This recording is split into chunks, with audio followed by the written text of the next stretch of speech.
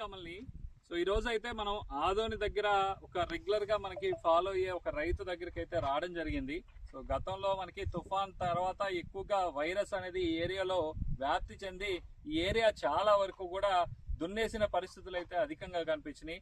అలాంటి పరిస్థితుల్లో మన చేను కూడా కంట్రోల్ అవ్వట్లేదు అనుకున్న ఈ రైతు సో మనకి గలంతో స్టార్ట్ చేసి దాని తర్వాత జీనస్ ప్రో నక్షత్ర ప్లస్ ఈ 3 రోజుల క్రితం మళ్ళీ కూడా మార్చి స్ప్రే చేయడం జరిగింది. సో వీటి ఫీడ్బ్యాక్ ఎలా ఉందనేది చూద్దాం రైతుని అడిగి.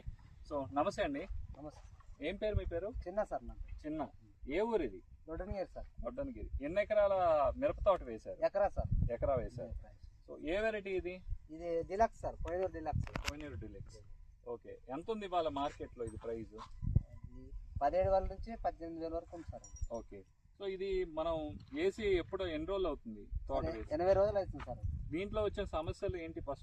ఫస్ట్ ఏం సార్, ముడత ఎక్కువ ఉంది సార్. దోమ, నల్లి, ముడత ఎక్కువ ఉంది సార్. నేను చేను వదిలేస్తాం అనుకున్నాను. అయినా నాకు ఈ మార్చి గలము ఇవన్నీ కొట్టాలనిపించింది సార్. కొట్టాలనిపించి ఇది ఫస్ట్ ఏది కొట్టారు ఆ టైంలో? సార్ గలం కొట్టినాను సార్. గలము బక్కీలు కొట్టినాను సార్. ఎట్లా ఉంది రిజల్ట్? బాగానే ఉంది సార్. బాగానే ఉండడం అంటే ఏంటి? అంటే ముడత పోయింది సార్. ఇంకా ముడత పోయి నల్లి పోయింది సార్. సకింగ్ అంతా బాగా అయింది సార్. బాగా ఫ్లవరింగ్ ఈవెన్ గా బాగా